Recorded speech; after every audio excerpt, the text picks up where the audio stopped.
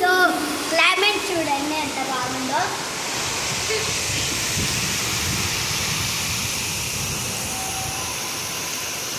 ఇది నంద్యాల వర్షం అన్నమాట.